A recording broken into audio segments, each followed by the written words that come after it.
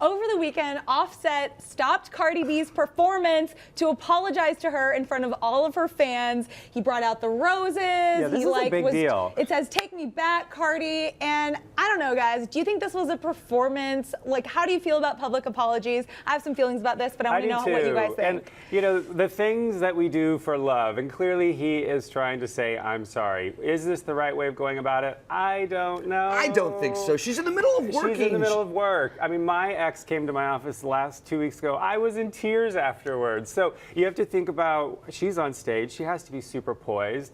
How hard is that? So I really actually give her a lot of compassion for, you know, being poised. I loved her apology that was on TMZ about well, not an apology, but defending him. And I like that she showed compassion to him. I think we could all use a little bit more compassion in the holiday spirit time. So I think she really stepped it up. I was surprised Cardi was a bit more compassionate. I want to play a holiday drinking game in this sense, though, is how many people got fired and how many cuss words did she say after she got Offset? So I could imagine some people lost their jobs. Yeah, right. I know, right? Nice. I think that there are moments that things are supposed to be private. There's moments that things are supposed to be public. But you don't get to be private once you're her. So that's the unfortunate thing. I disagree. I think that she still gets her privacy on stage. She gets to control her own show and how she does that. And I think the problem is that when you do it in a public way like that, and we saw this come out afterwards, that celebrities were saying, other people like, oh, give him a chance. This is not their decision. It's not the audience's decision. It is her decision, and she should be allowed to make that in private in her own choices. Actually, if you look behind the camera, you've got your ex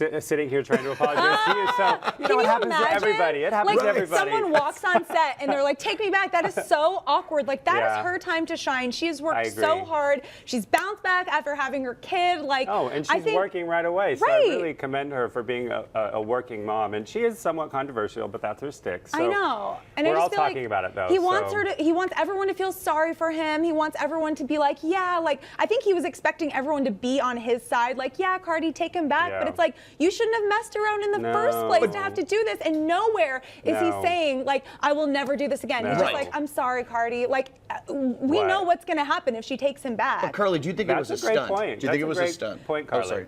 I think that. I don't know. I mean, people are saying that this whole breakup, it's very public. They're saying that it's for publicity. And I feel like no random person could get on her stage and do that. Like, no fan could get up there. So either someone in her camp was like, oh, yeah, this is going to make her happy, or she's kind of in on it, too. I hate to be, like, cynical in this situation, but everything's approved at that point. There were so many security measures. So let's hope she didn't approve it, and maybe it was a surprise by a stage manager. But you know, at the end of the day, what's frustrating about this is this apology he made it about himself. Right. Yeah. It's That's not about Cardi. Yeah. So we can still see he's got some growing up to do in that space of being in a relationship. Yeah. And, Absolutely. And he's, you know. And I hope he does grow up. Like, ideally, they I do do work too. it out because they're co-parenting for the rest of this child's life. So. Our associate pastor at Joel Osteen's Lakewood Church is catching some heat, so he bought his wife a $200,000 Lamborghini. So his name is John Gray. And look, he's defending his move. He's saying, look, that gift was not John the pastor. That was John the husband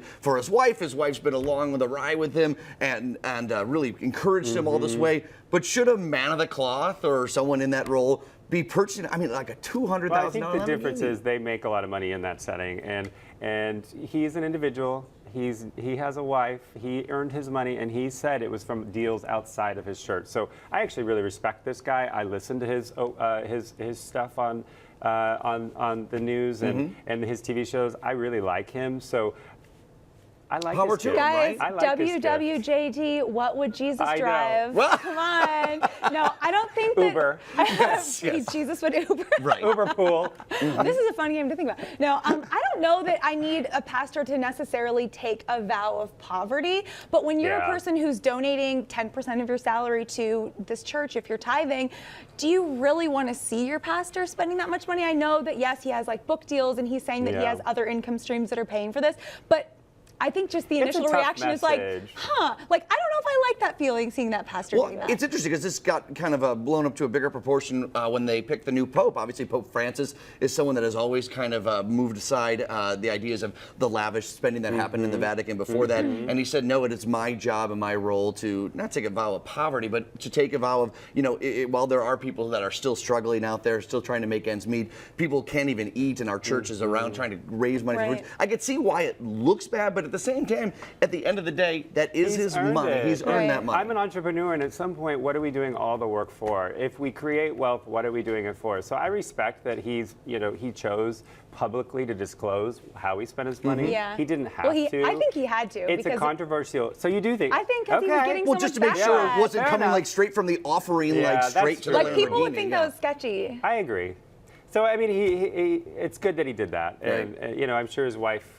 She gonna loves have it. a hard time driving it now. I She might be know. spotted all around the city. true. I think she'll be You fine. know. She got a You'll trade it Lamborghini. She'll in. get She'll have to over trade it. it for a used model. Yeah, for a used Lamborghini, A right? used Lamborghini. Okay, go ahead. I was just going to say, like, the image of pastors in general, I feel like has really changed over the last few years, like, especially coming from Los Angeles and even a church that I checked out here in Chicago. Like, they are, like, the pastors look really trendy now. They look really put together, and they almost seem a little rich. So it's just interesting to think about that stuff. Interesting. But- All right, speaking of gifts, according to a survey, 53% of gifts that people got last year, they've already forgotten what those gifts are. They don't have no idea where they got it from. And like Americans spend almost $200 a That's year a lot of money. on these bad gifts. Yeah. I mean, we Yeah. spend more than that, but the $200 go towards bad gifts. A study showed that the average American forgets 3 of their gifts every single year. So I guess that raises a big question, like, are we doing gift giving wrong? Should we be rethinking how we're doing gifts? I think Should we be doing gifts should. at all? I think we should, and my rule is give a gift. If you don't want to receive it, don't give it. And you know what that feels like and means. So I often find the best gift is something personal. So I give a lot of books, just something really simple. It's not necessarily a lot of value, but it has maybe a meaning. I like something with meaning. Pictures worth more than anything. I love to sort of frame selfies or put a nice photo of somebody in a frame. Of your selfie to That's someone else? awful. And I sign it. And I sign it because I'm a star. No, I'm just kidding. Right. Yeah. So have you received any gifts that you didn't like so far this year?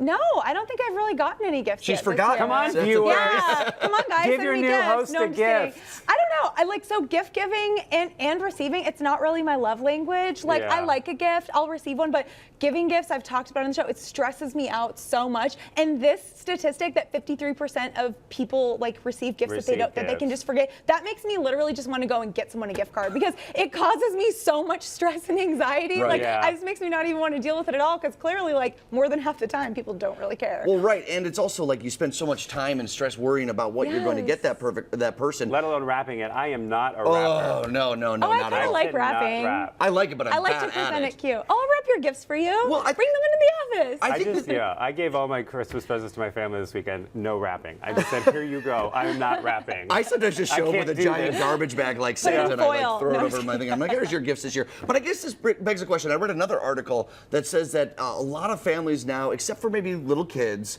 and their pets, are doing no gifts gifts. anymore, and maybe just experiences, or we're going to do something, we're going to share something together. But a lot of Americans are against that idea. Only 13% of Americans approve of that idea. Do you guys think that maybe that's somewhere we might be moving to be a little bit more conscious of those I sorts like of things? that idea. I do I feel like too. it makes it more mindful when you do actually give someone a gift, or if you like my family does Secret Santa, so we get one gift and we Right. give one gift, and I feel like like that. it's really something you know that person wants, and you're really getting something that you want. So I think just minimizing all the gift giving is a good idea. One of the things that I think we could do instead of a gift is a letter of gratitude and, Yeah. and actually saying to that person, you mean something to me, this is why, or you had a positive effect on me. To me, that's more important than an actual gift. And That's so such a I good like idea. that. So can Oh we my encourage gosh. some gratitude and spreading the message of that? I think that would be really fun.